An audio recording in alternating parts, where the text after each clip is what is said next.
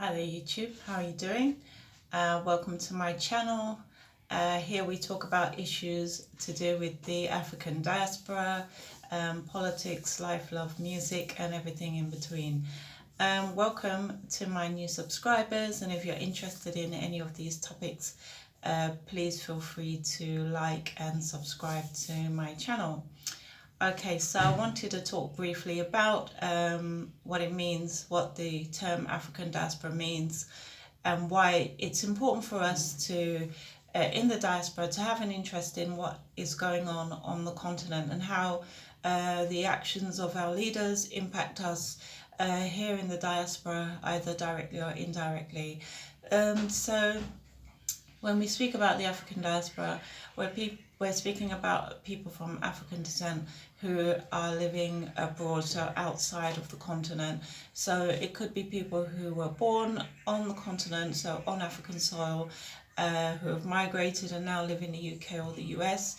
It could be people that were part of the African transatlantic slave trade and were moved to the Caribbean and have since migrated here. So it could be individuals from that line. So basically anyone from Africa, any African persons living outside of the continent, that is who we are considered to be the diaspora. And to be honest, you will find African people pretty much everywhere. Okay? Good. So what I wanted to talk about is the fact that, have you ever wondered how and why it does appear to be the African person who is mistreated internationally, in society, worldwide? So we've had numerous incidents across the globe, spoken about the treatment of African people in China. You've seen the treatment of what happened with George Floyd and numerous other incidents in America.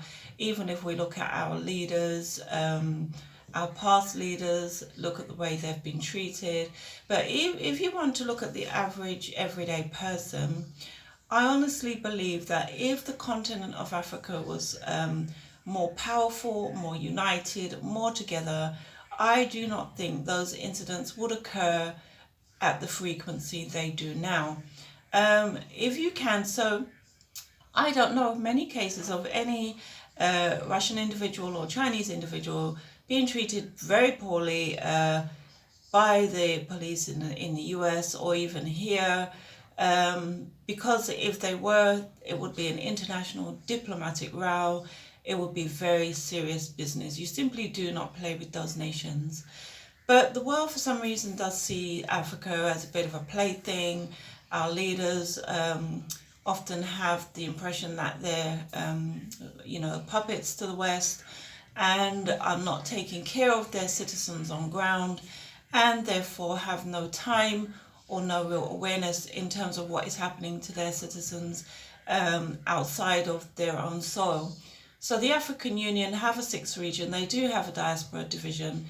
I don't exactly know what that division does. I do know that after the George Floyd incident, they did put out a statement condemning that.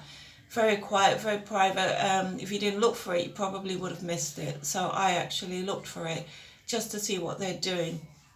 I believe that a lot of our attention in the diaspora has been, there has been a focus on reparations. Whilst that's all well and good, I do think that we are missing a fundamental point. And that fundamental point is that we do need to fix ourselves, and we do need to communicate with our brothers and sisters on the continent. We need to communicate with our leaders, and we need to communicate with the African Union. They have a responsibility and a duty of care to us, and they are so far not actually, they don't appear to be carrying out that duty. So, but I think it's easy to miss that if we're not writing to them, we're not in touch with them.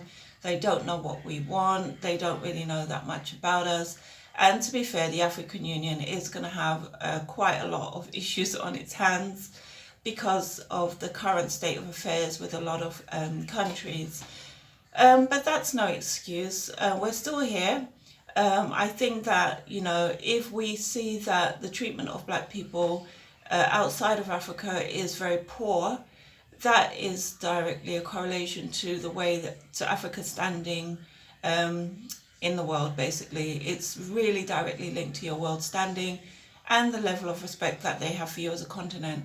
I think it's time for Africa to stand up and be proud and have a say and really start to dictate their future, start to, have a backbone and decide that not only are we going to look after our citizens that are on ground, we're also going to look after our citizens who we may never even have met yet, who live in the UK or who live in the US. But let me know what you think in the comments, and I think I'm going to revisit this conversation because I'm a bit perplexed with the whole reparations request, and it doesn't seem to concern or have any link to the continent itself, and I think that's a really important aspect that we're missing. So I'm pretty sure I'm going to revisit this conversation.